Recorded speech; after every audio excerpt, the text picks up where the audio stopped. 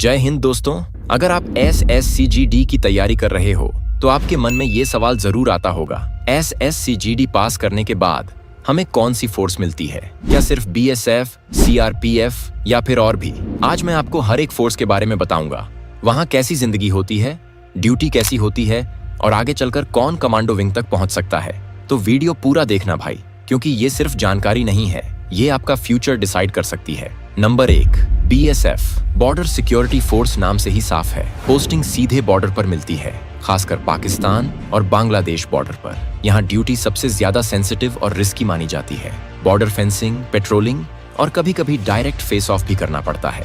BSF के अंदर आपको वाटर विंग, कैमल बटालियन और एयर विंग जैसी यूनिट्स में भी मौका मिल सकता है। अगर मेहनत और जुनून है तो BSF से आगे बढ़कर NSG, ब्लैक कैट कमांडो तक का रास्ता खुल सकता है। Number 2, CRPF central reserve police force. CRPF देश की सबसे बड़ी पैरामिलिट्री फोर्स है। इसकी ड्यूटी सिर्फ बॉर्डर तक सीमित नहीं है, बल्कि इंटरनल सिक्योरिटी, नक्सल क्षेत्र और दंगे कंट्रोल जैसी जिम्मेदारियां भी CRPF संभालती है। CRPF की सबसे फेमस यूनिट है कोबरा कमांडो। कोबरा दुनिया की सबसे बेस्ट एंटी नक्सल कमांडो फोर्स मानी जाती है। अगर आपका सपना है जंगलों में ऑपरेशन करने का और सबसे टफ ट्रेनिंग झेलने का, तो CRPF आपके लिए बेस्ट है। Number 3, ITBP Indo Tibet border police.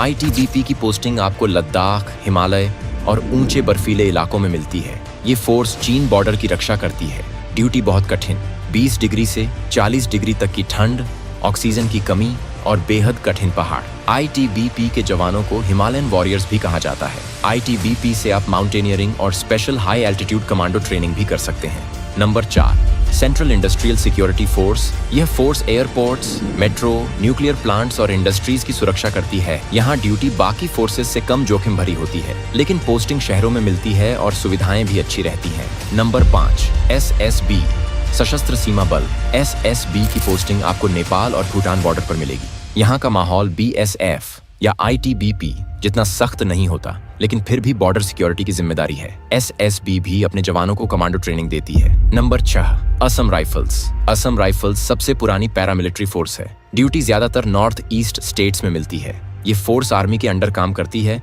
और कई बार डायरेक्ट आर्मी ऑपरेशंस में भी हिस्सा लेती है। अगर आपको आर्मी जैसी ड्यूटी चाहिए तो असम राइफल्स आपके लिए बेस्ट है। आगे का रास्ता कमांडो विंग्स। दोस्तों, SSCGD सिर्फ शुरुआत है।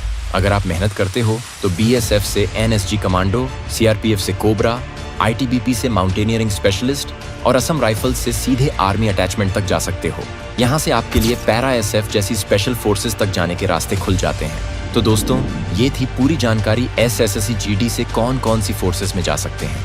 अब आप बताओ, आपको कौन सी फोर्स ज्वाइन करने का सपना है? कमेंट में लिखना मत भूलना।